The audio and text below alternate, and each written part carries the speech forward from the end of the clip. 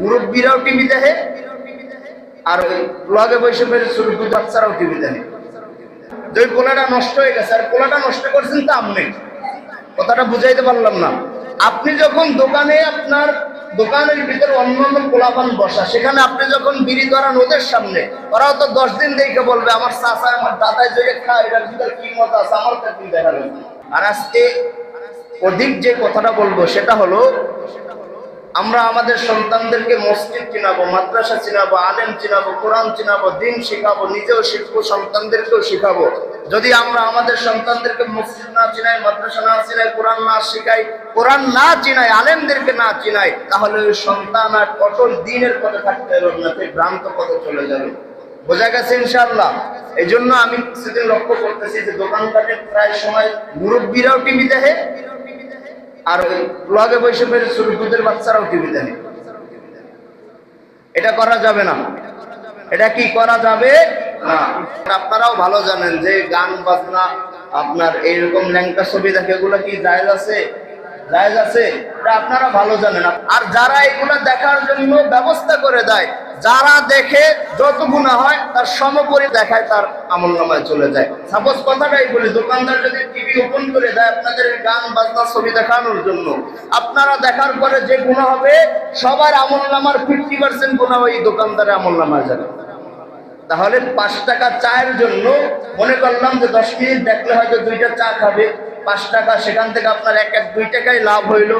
তাহলে এখান থেকে 2 টাকা লাভ করতেছেন, আর ওখান থেকে প্রতি সেকেন্ডে সেকেন্ডে তারা যে গুনাহ করতেছে, ওই গুনার ভাগীদার আপনিও হইতেছেন। এটা করা যাবে? ইনশাআল্লাহ করবো না। আর একটা বিষয়, যারা বাড়িতে ঘরে গান বাজনা বাজান, কানে হেডফোন দিয়ে নিজে শুনলে শুনবেন, নিজের জাহান্নামে গেলে যাবেন। বাড়ির আশপাশে মানুষদের কেন গান শোনান? এরকম উচ্চ আওয়াজে গান কেন শোনান?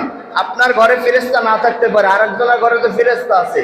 যেখানে গান বাজনা হয়, ওই আওয়াজ যতদূর যায় ওই আওতার ভিতরে ফেরেশতা থাকে না। আর যারা গান শোনে ওদের অন্তর কালো বন্য হয়ে গেছে, ওদের অন্তর মরা অন্তর। কি অন্তর? মরা অন্তর। আর একটা কথা, সেটা হলো পৃথিবীর ভিতরে যদি কোনো ফাও আকাম থাকে, সে আকাম হলো বিড়ি খাওয়া। সে আকামটা কি? বিড়ি খাওয়া। বুঝাইতে পারলাম না? পৃথিবীর ভিতরে যদি কোনো ফাও আকাম থাকে, সেটা কি? বিড়ি খাওয়া। এখানে যে কথাটা আমি বলতে চাই সেটা হলো, আমরা বলি যে ছোট ছোট বাচ্চারা আমরা মুরব্বীদের সামনে কেন বিড়ি ধরাই, এরকম বলি না? যে ওই পোলাটা নষ্ট হয়ে গেছে, আর পোলাটা নষ্ট করছেন তা আপনি। কথাটা বুঝাইতে পারলাম না? আপনি যখন দোকানে, আপনার দোকানের ভিতরে অন্যান্য পোলাপান বসা, সেখানে আপনি যখন বিড়ি ধরান ওদের সামনে, ওরাও তো 10 দিন দেখে বলবে আমার চাচা আমার দাদাই যে খায় এটার ভিতরে কি মত আছে, আমার তো কি দেখা যাবে। এখান থেকে যে সবকটা নিল, তাহলে আপনি যখন 10টা পোলাপানের সামনে একটা দোকান মজলিস, একটা দোকানের ভিতর থেকে আপনি যখন বিড়িটা নিলেন, তাহলে আরো 5 জন দেখলো না?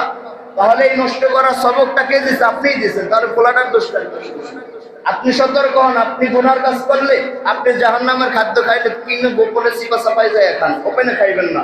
এজন্য আপনি না খাইলে পোলাপান ওপেনে খাওয়ার সাহস পাবেন। ইনশাআল্লাহ তাআলা আমাদের আমল করার মতো তৌফিক দান করুন। তাহলে সূরা ইখলাস আমল করবো তো ইনশাআল্লাহ। বাড়িতে গান বাজনা বাজাবো না, নিজেও শুনবো না। গান বাজনা শোনা বাজানো কি?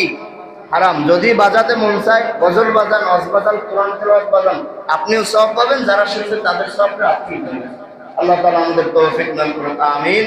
ওয়া আখিরু দাওয়ানা আলহামদুলিল্লাহি রাব্বিল আলামিন।